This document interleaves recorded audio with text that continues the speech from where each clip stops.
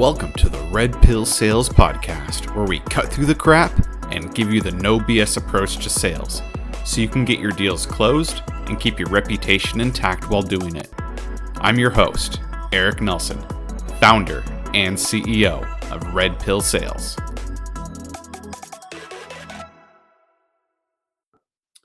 Welcome back to the Red Pill Sales Podcast. I'm here with a very special guest and good friend of mine today, Carson Heady. He's the #1 best-selling author of Birth of a Salesman, award-winning sales leader, speaker, consultant, and blogger. Carson, welcome to the Red Pill Sales Podcast. Eric, I'm honored. Thank you so much. Appreciate the time today. Absolutely. Well, we have a couple of great topics that we're going to talk about today. The first is how to effectively incorporate social and digital into your prospecting. And then we're going to talk about endurance is one of the greatest career attributes.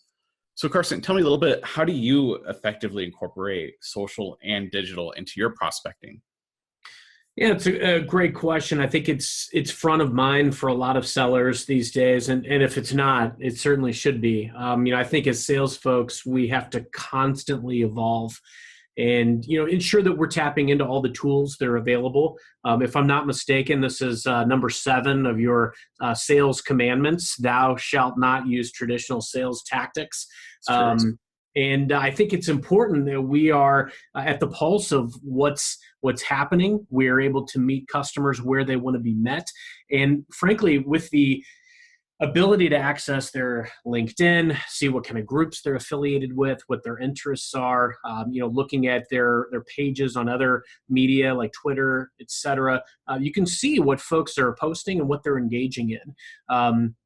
Furthermore, let's say, for instance, there are changes in organizations from a leadership perspective, changes in direction, some of the areas of focus. These are things that we can see through business journals, through Sales Navigator, through press releases from the company, through email alerts that we've set up for different companies that we're following and tracking.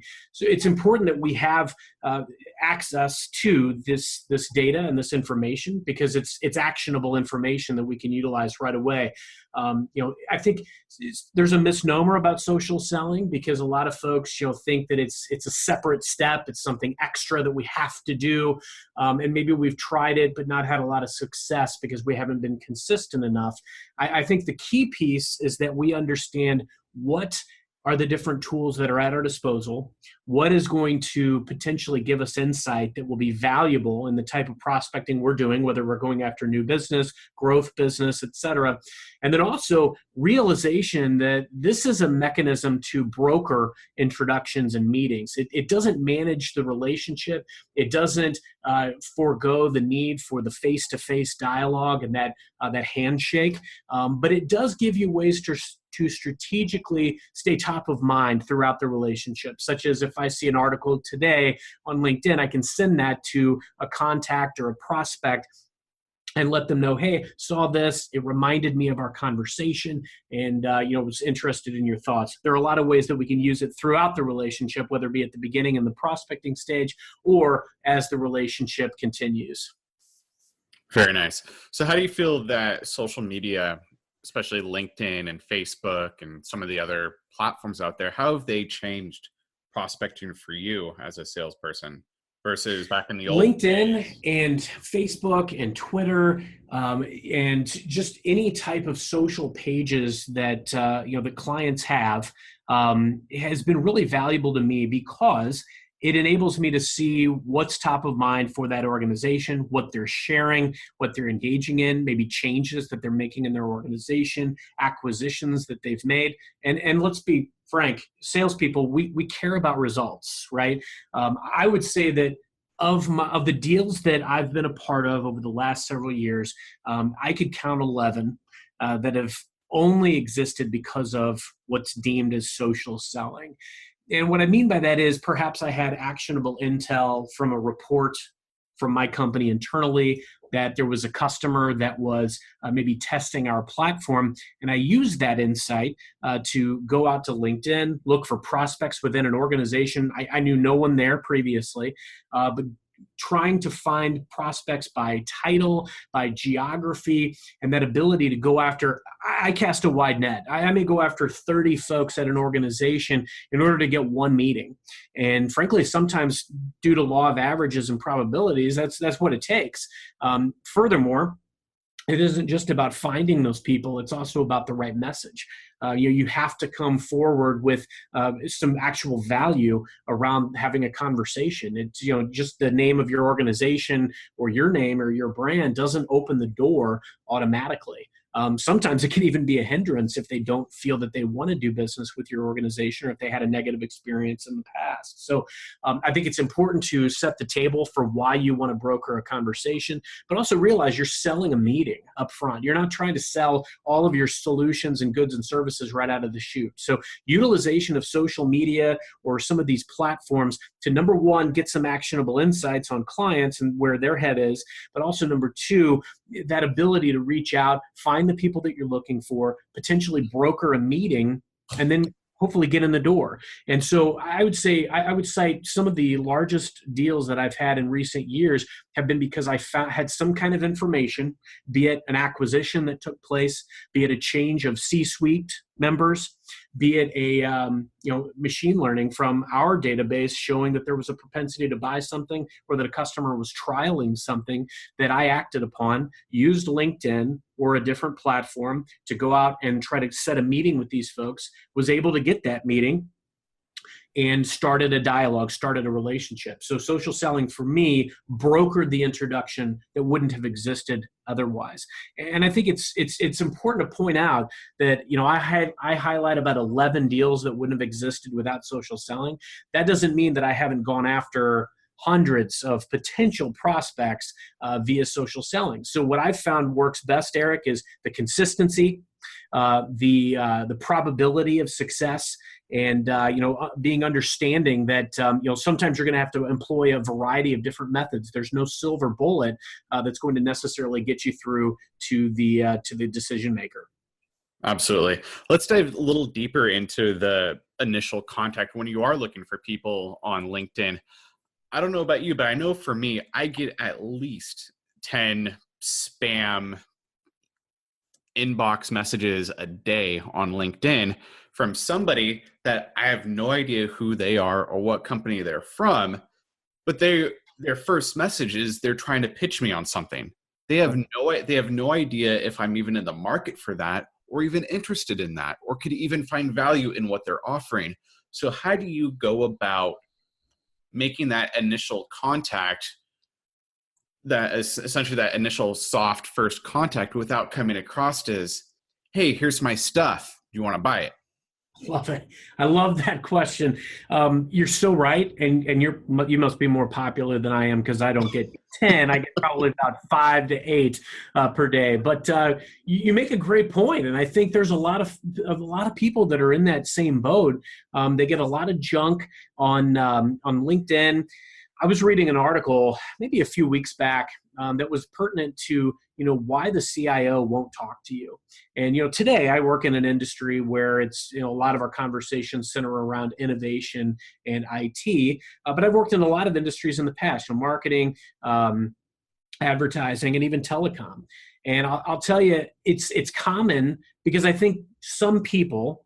And let's be real. I think it's often due to laziness or maybe lack of awareness of how to use some of these platforms that prompts people to just send it's really just almost a verbal vomit of everything that their company does or sells, and almost like hoping that by some chance you'll latch onto it as a potential buyer.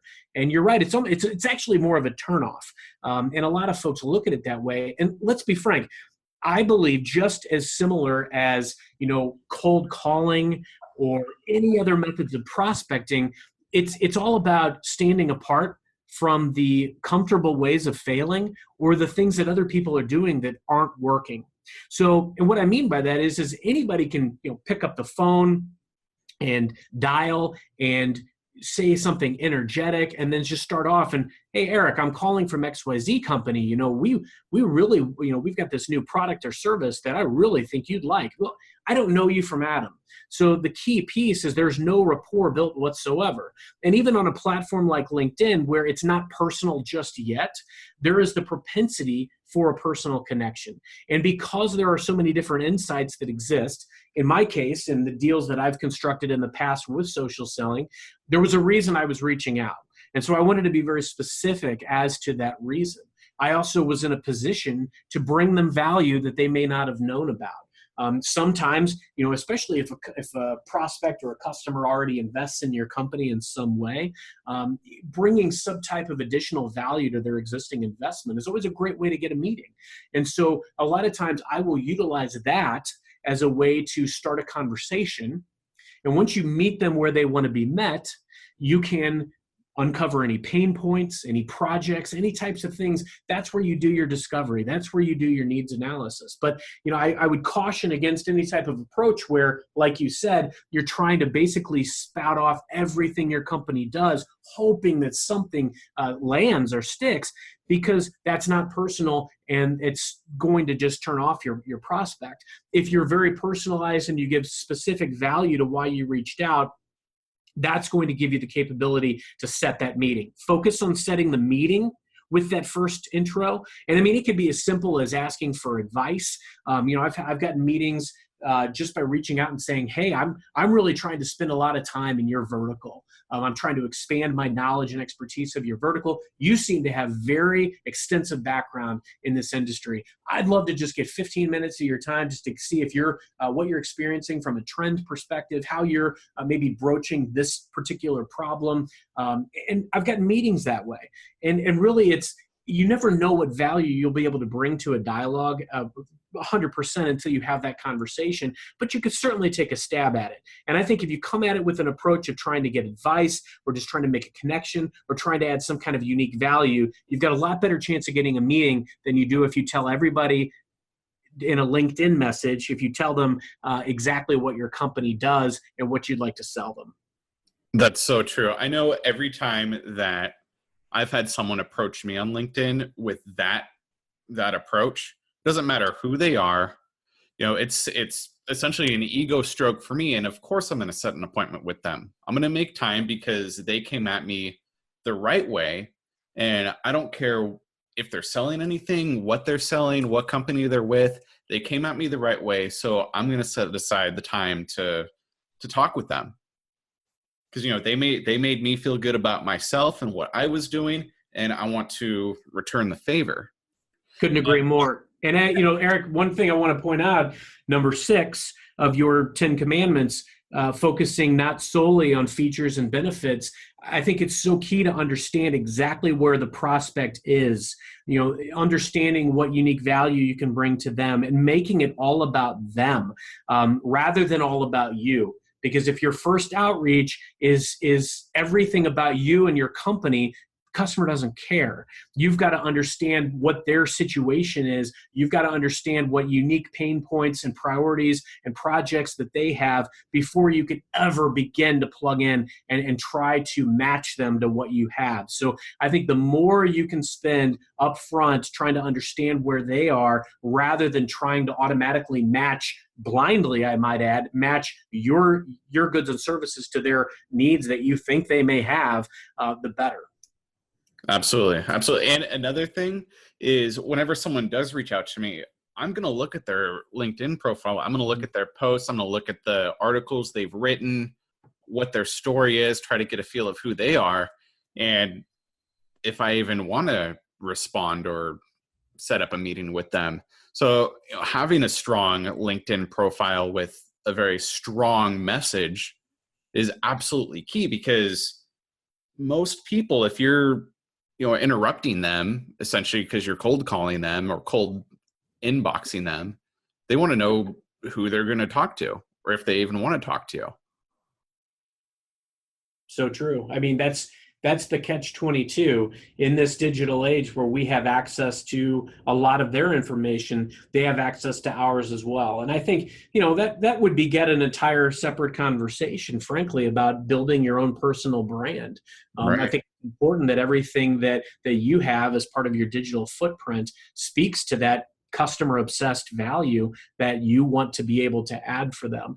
Specific cases of where you've advocated for clients. Clients don't want to see, a LinkedIn page or a Facebook page or some of these other pages that are littered with things that are, the antithesis of what they want a seller to represent. So they're not looking to be sold.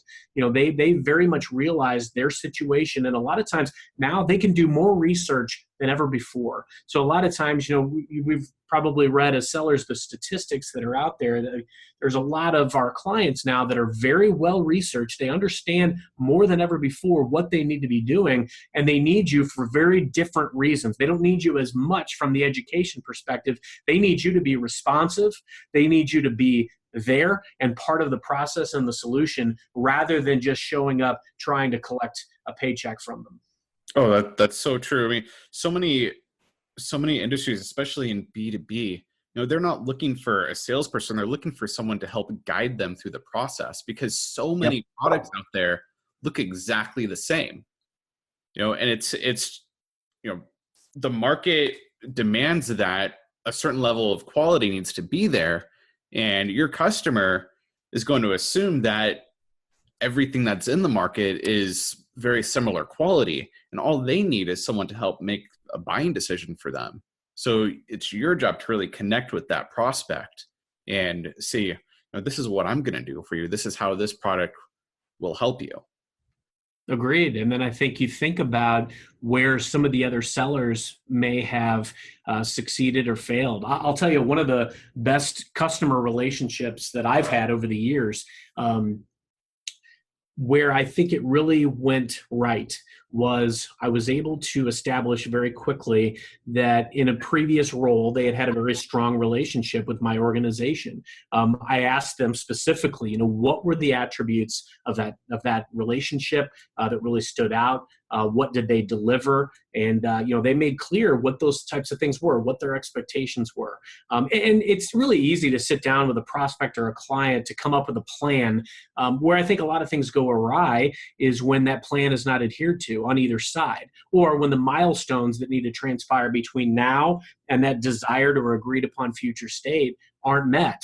And the last thing you ever want is to be the reason that slips through the cracks. I mean, prospects and partners go dark on us a lot, but it's vital that we're not the ones missing out. I've had a lot of customers that have done business with me, even though my price was much higher, because I was responsive.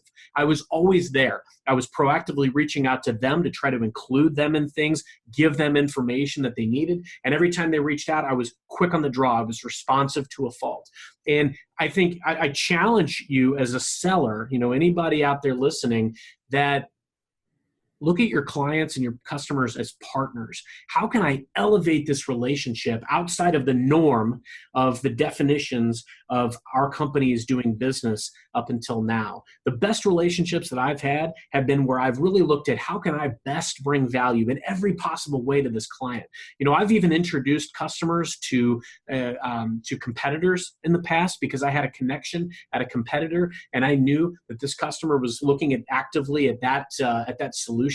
It didn't take away from any of the business that they were doing or were going to do with me. In fact, it actually elevated it, because now they will go to me for anything. Hey, do you know a guy for this? Or do you know somebody who can help me here? And because I'm that trusted advisor, they're going to me, even if it's a competing solution, that's a position of strength that I have in a relationship like that. And so I think you always want to challenge yourself. What additional value could I bring to this relationship? And if you do that, you can challenge the norms of those types of relationships. People won't just look at you like a vendor. They'll really look at you like a partner. Absolutely. And so many people don't understand that sales sometimes is a long game, that you do have to have long-term focus. It's a marathon. It's not a sprint. Most sales, especially in the B2B, are not a one-call close. They're a 6 months to a year close. I'm glad you said that, Eric. I think where we miss the boat is realizing that it's paramount to find ways to be a long-term partner and finding ways to quote unquote check in without always reaching out for the sale. And it's established up front because if you understand where a client is looking to go, I may walk into a meeting and I may have gone in under the pretense of something that the client wanted to talk about. But you put all your cards on the table to a degree, and you try to figure out, where all could I help this potential client, and you point out some of these things. You bring up some of the resources that you could bring to the table. I think it's really important that we look at those types of situations as, here's my opportunity to really make an impact at this organization. And maybe we picked 5 or 6 things that we could conceivably partner on, right? Of course, we want to prioritize. We don't want 6 balls in the air necessarily all at once if we can prevent that, especially to your point, if some of this stuff is spread out over a year sales cycle. So I think what's paramount for me, what's really helped me a lot, is in a daily pipeline management type of scenario. I may go through my book of business every morning, and I will go through and I'll ask myself, how could I impact this relationship today, this account today, this deal today? And if there's an action I need to take, whether it's reaching out to the client, whether it's reaching out to a partner or a different resource, or it's sending some information, or it's I need to make sure that they have a copy of the contract, it's whatever it is. Make that activity, take that action, and that should take precedent over everything else. And that ensures that you're meeting your milestones. But it's also paramount to realize that over the course of that year, there's a lot of things that can change. And frankly, the more time that's allotted to a sales cycle, sometimes that can lead to more mistakes. Because if I know I've got to get a deal done in a week, I may be a lot more adherent to the pieces of the process that I would be if I think I've got a year and I can just put off some of these steps. It's important to make sure that in this quote unquote contract or agreement with a customer over the term, the milestones that we've got to hit during the sales cycle, that we're very much in lockstep. That could be setting up a weekly or a monthly or a quarterly cadence. That could be making sure you do kind of a weekly touch base. And all the while, throughout the customer relationship, it isn't all about the transaction. I mentioned earlier, a lot of times I may see something, it could be some internal blast. It could be a press release. It could be an email, news alert that I see. It could be something on LinkedIn. And it may hark back to a conversation that I had with a customer 2 months, 6 months ago. I'm going to send that to them. I'm going to say, hey, I saw this morning, reminded me of that conversation that we had 6 months ago, or whatever the case may be. And I was curious as to your thoughts, because it shows that you're listening.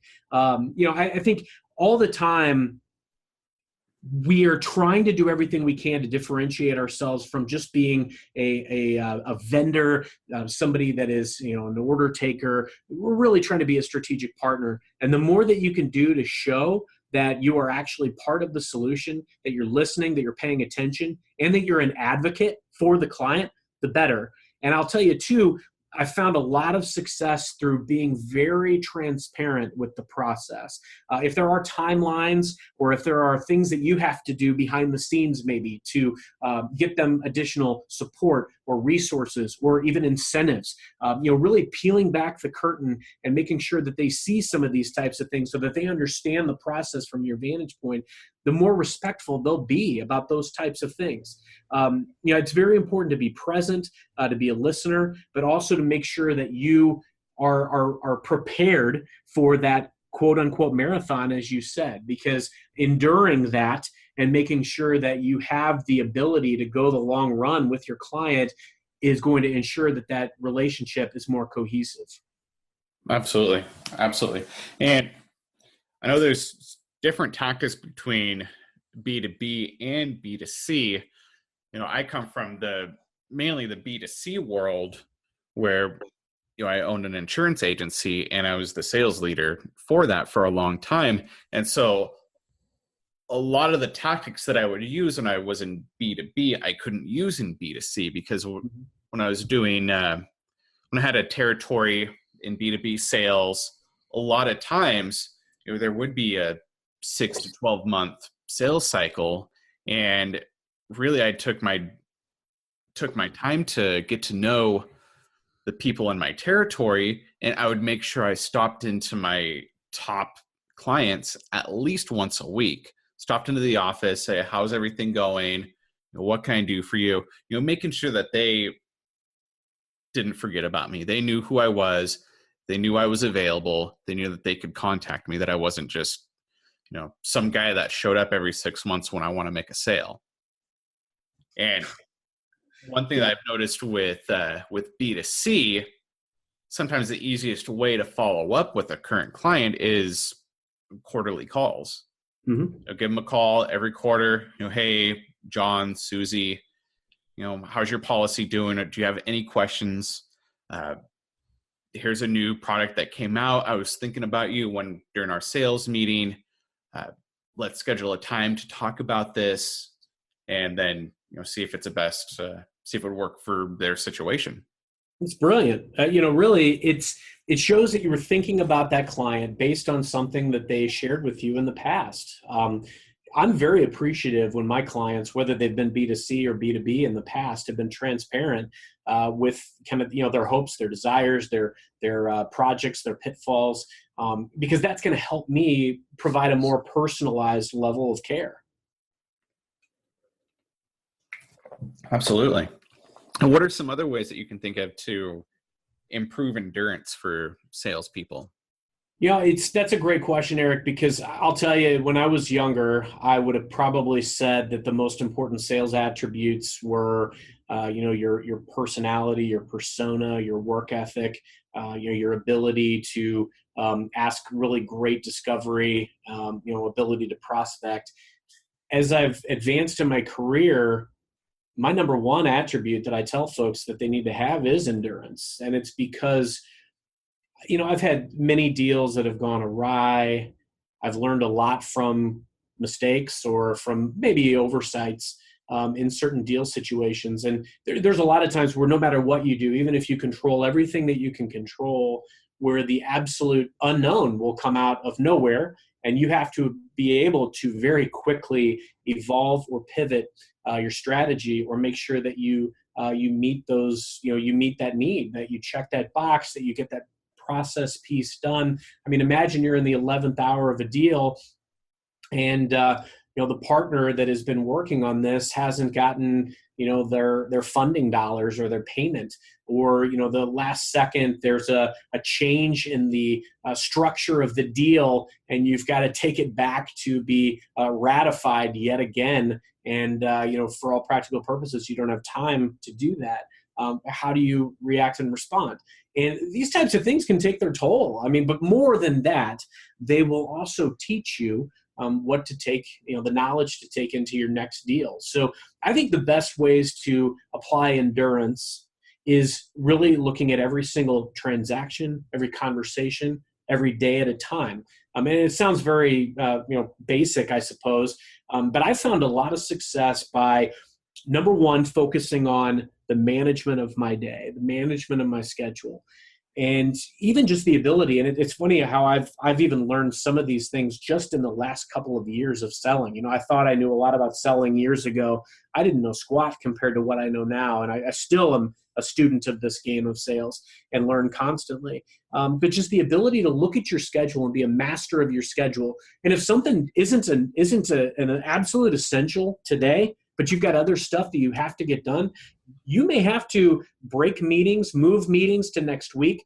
I've had situations where I've had a meeting scheduled for a couple of weeks, and the day prior I shot a note and was very humble about it, but just explained the circumstances and was honest with the situation, and asked if it was okay to move that meeting to the next week because of some of the items that had arisen that I had to address right away. But I offered maybe kind of offered a replacement. I think that's always courteous to say, hey, but I'd be happy to jump on the phone now, or maybe next week, or even at XYZ time, in lieu of the meeting that we had scheduled, because I do want to prioritize our session. But really understanding like how to move things around, how to prioritize your schedule, because there are certain things that have to happen in your day, and in your year, and especially with these sales cycles that are all over the place. But I think it's important to have mastery of your schedule in that regard.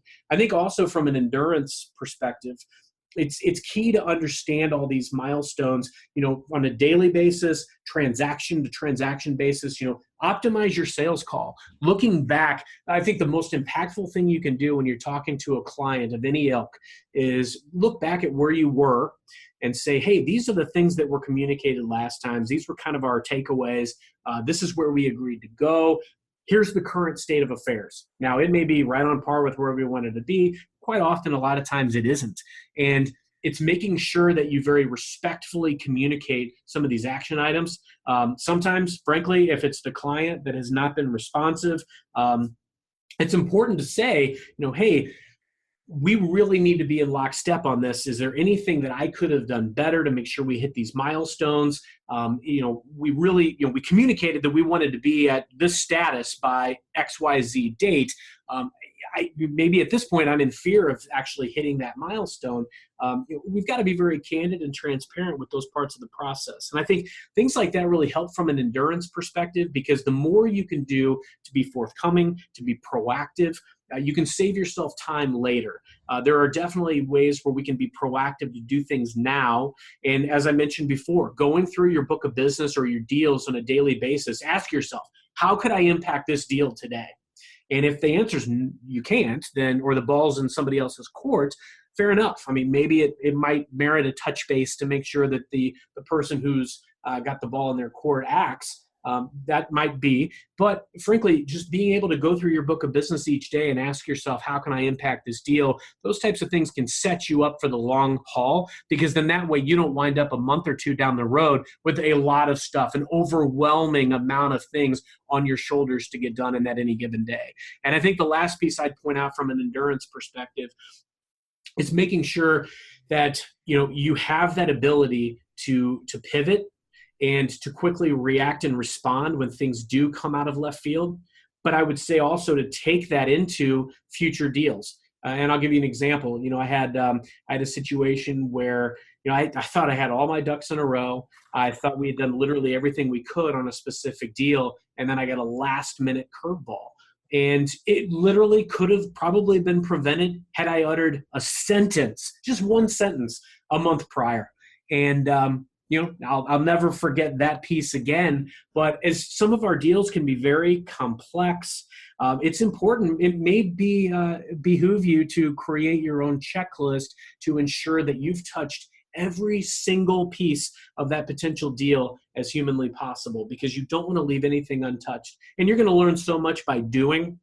But I'll tell you, from an endurance perspective, being able to go through those ebbs and flows of the business, the slumps, the ups and downs, even the types of situations where you're burnt out at work, being able to endure through those storms is going to ensure that you're actually able to be in there for the long haul and be successful, because probability will dictate that if you can endure these types of things, you will only become more successful with time. Absolutely. One thing that I learned in the military, I've been in the military for over 10 years. I'm an Army captain. And one of the things I learned in basic training back in the day was a term called semper gumby, which means always flexible. And, in sales, in the military, it's being able to be adaptable, being able to adapt to change. Sales is one of those things. It's not just a linear 9-to-5 job.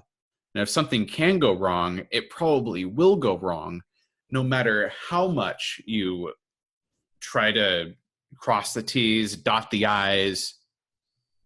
Things will go wrong, and you need to be able to adapt and overcome and be flexible and really have that mindset of flexibility.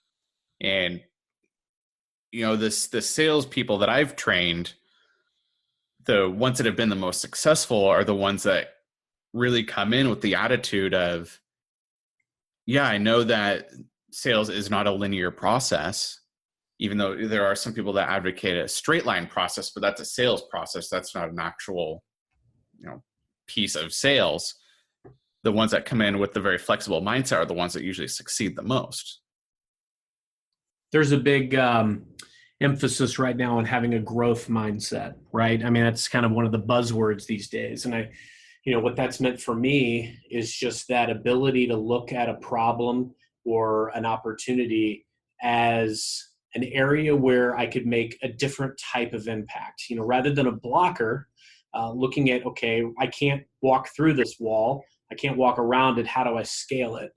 And, you make a great point there, Eric, because it is so important to be flexible and think about your own personal end game. Maybe you want to be a manager. Maybe you want to own your own business and have employees down the road. There's a lot of different things that you may have in your personal future state that you're aiming toward. And I'll tell you, if you allow things to block you, or if you react poorly or in the moment or with emotion or anger or exasperation, those types of things can, number one, be observed by others who you impact and maybe have to influence. But number two, they can very much limit you. They can limit your prospects. They can limit your mindset, and they're going to prevent you from taking the action sometimes that you need to be able to take. I would actually have to be very thankful for some of the mistakes and the losses that I've had in my career, because they've actually taught me quite a great deal. And they've given me what you like to call in your sales commandments a rhino skin, because I'm able to evolve and adapt and pivot very quickly on some of these things that may have limited me earlier in my career. And for salespeople that are listening, I would challenge you to look at, where you can maybe look at things that you think are blockers in a different way, looking at them as opportunity. One of the better deals that I've had in recent years was actually a situation where there was exasperation on both sides. It wasn't a deal that really traditionally I would have gotten involved in. A lot of times I'm involved in very strategic deals, and this was looking at like kind of a standard deal by, kind of on paper, right? And so I wasn't really involved up to that point. I kind of checked in on it to see kind of where it was. And, I think there was some exasperation on both sides, both on the part of the rep and also on part of the customer. And so I kind of challenged it, and it looked at it in a totally different way. And when we got down to the brass tacks of it, I could see where the desire was from the client to potentially invest down the road in some of the areas where we were offering from a solution standpoint that hadn't even been broached up to this point. And so we gained a commitment, and we were able to provide some resources, and it turned into one of the better deals that we've had in recent years. And so just because we took a different approach, and so it's not going to happen every time, but the more willing you are to look at some of these things, look, sales is all about probability. It's all a game of numbers. And if you apply a very consistent approach, and you put your best foot forward on each of these things, and you have a positive outlook on each transaction, each conversation, each relationship, no matter what happens, the probability of you having success is much higher. Absolutely. Absolutely. And one last thing that I'd like to touch on before we wrap up here is being able to have control over your own calendar and your own schedule. One of the things that I've learned in starting my business, Red Pill Sales, is that I need to be able to manage my own schedule, my own time. I have 1,000 different pieces that need to be put together. How do I manage that? So one night, actually a few weeks ago, I was just drawing out some different calendars, some different weekly planners. I looked up some stuff online, didn't like anything I saw. Everything was way too complicated. So what I did, I just on a single sheet of 8.5 by 11 paper, I just wrote on the top, my power week, the week that it is. And I put underneath that, what are the top 5 things that I need to accomplish that week? If I accomplish these 5 things, I'm going to be successful. And then I put under that, what are my goals for the week? And what are some other things that I want to do? Do I want to write my next week's podcast? Do I have another meeting that I want to schedule? How many client appointments do I want to schedule? Those are some of my goals. And then I have a look into next week. What are the things that I need to plan for next week, so I can put that on this week's and then transfer that to next week. And then I have a notes section, sort of my grocery list, if you will. I need to call the cable company. I need to do this other thing, stuff that's not necessarily the most important, but I should probably get that done. I need to keep it on paper so it's top of mind. Look at the days that you feel are the most productive for yourself. And it's when you were able to check off the majority of those things that you put out there for yourself to do. I mean, I can sit and I could check email, I can respond to every email, but not make any progress whatsoever in my overall book of business or in my overall, even in my personal life. I think you're totally right, Eric. You've got to make a list. I'd recommend you do it every day. And I'll do that same thing. Sometimes my wife will add to that list. But making sure that you're saying, hey, I've got to do these 5 things today. And so I'm not going to even get into my email until I've done these 5 things. Or I've got to reply to this customer. Or I've got to get them this collateral piece. Or I've got to make sure that I order my contacts, right? I mean, it could be anything that's got to be done. And just make yourself that list each day and check those things off. And I'm going to tell you, at the end of the day, you're going to feel a lot more productive than you will if you replied to 100 emails that got sent to you. And I think it comes back to that whole mastering the day. Look at the longer term. Look at that end of the marathon. What are those milestones that you've got to make sure that you hit? And put those things out there in a given day. How can I best plant the seeds today? They're going to lead to future success. And you're definitely going to find that as you check those things off, you're going to feel a heck of a lot more accomplished, and you're going to make a lot more strides toward your desired future state and your goals. Perfect. So, Carson, as we wrap up, give us your top 3 things to be more effective on social and endurance in your sales career. Great question. And Eric, thanks so much for the time. Great dialogue as always. I really appreciate our time together and the content that you share. And thank you for your service. Thank you. I'll tell you, probably number 1 as far as being most effective from kind of a social and an endurance and a sales perspective is focus on probability and process. Make sure that you've got the right process in place. I think a lot of times we realize we need to make changes, but yet we do it maybe for a little bit and it's painful and it hurts and it doesn't work immediately. So we switch back to our old comfortable ways of failing or mediocrity. If you think that there's a right process out there, be consistent in its application. Number 2, I would say really make sure that you're focusing on the people. And what I mean by that is people that you're touching. I like to call it the sales food chain. We touch customers, we touch members of leadership, we touch different partners and vendors and things of that ilk. We've got to make sure that everybody that we're kind of touching and influencing in that sales food chain, that we're trying to add value. How often has somebody reached out to you and they're just asking you for something? It doesn't always feel good.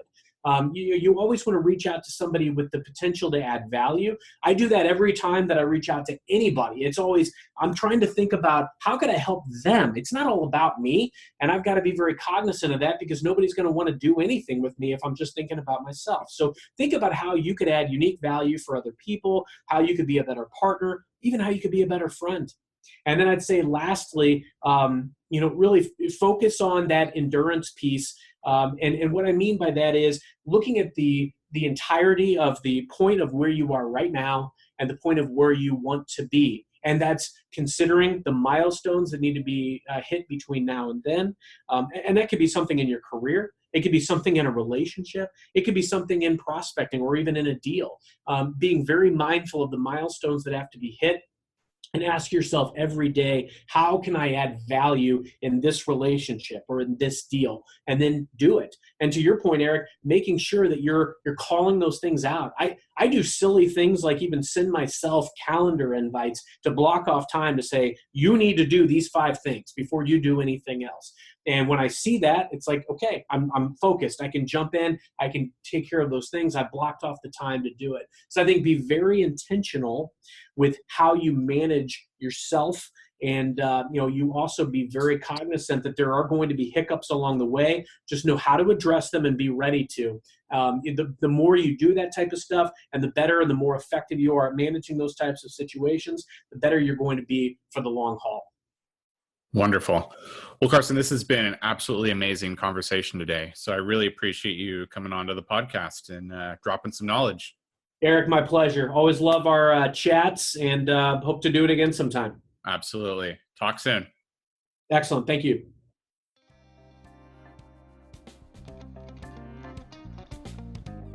That's it for this Red Pill Sales podcast. Don't forget to leave me some feedback on iTunes, YouTube at Sales Entertainment, or Spotify. Also, check out my new coaching platform, Red Pill Laser Coaching. As a salesperson, you're busy. You don't have time to sit through hours of course material every week. Red Pill Laser Coaching is 15 minutes a week with a one-on-one call with me. It's designed to give you the actionable tools and strategies you need to absolutely crush it. Red Pill Sales Podcast listeners can save $1,000. If you think coaching could help take you to the next level, send me an email at EricNelson@redpillsales.com. Your initial 30-minute conversation with me is absolutely free. Don't forget to pick up my book, Closed, the No BS Approach to Sales, at my website, redpillsales.com. As always, thanks for listening, and I look forward to talking with you next time.